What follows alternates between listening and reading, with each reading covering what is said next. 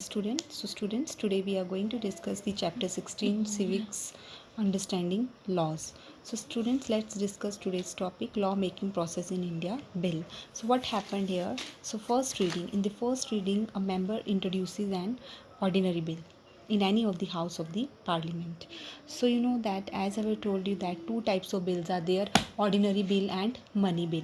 So ordinary bill can be introduced in any of the house, and money bill, in the case of money bill, that can be introduced only in Lok Sabha. So students, so in first reading a member introducing an ordinary bill in any of the house of the parliament.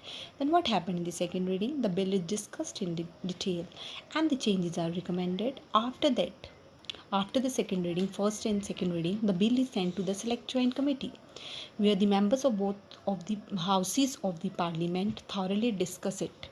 And after that, third reading. In the third reading, the bill is drafted, and after including the changes, it placed before the house.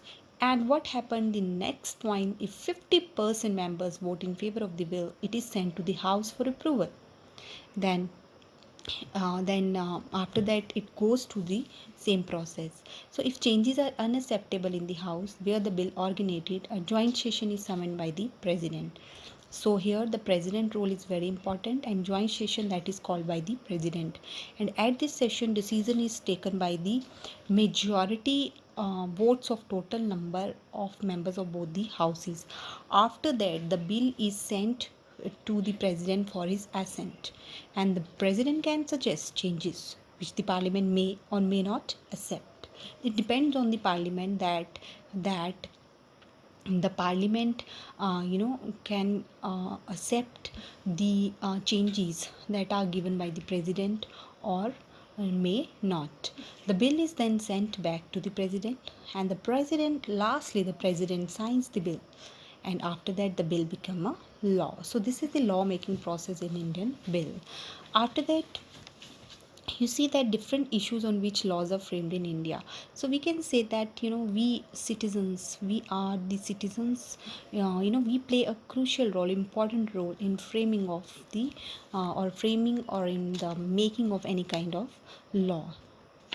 So students, let's discuss this one, Domestic Violence Act 2005. So under this act, it was passed in Parliament in 2002, and finally in 2005 a new bill was introduced, and it became a law in 2006. So here is another example of this new laws. Child labor, 19 Act of 1986, it is also known as Prohibition and Regulation Act.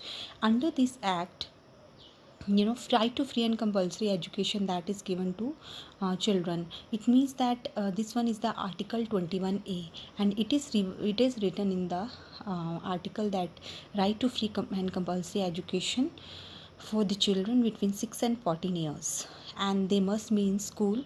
They they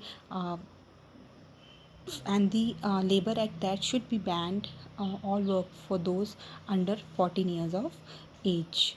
Thank you students, have a nice day.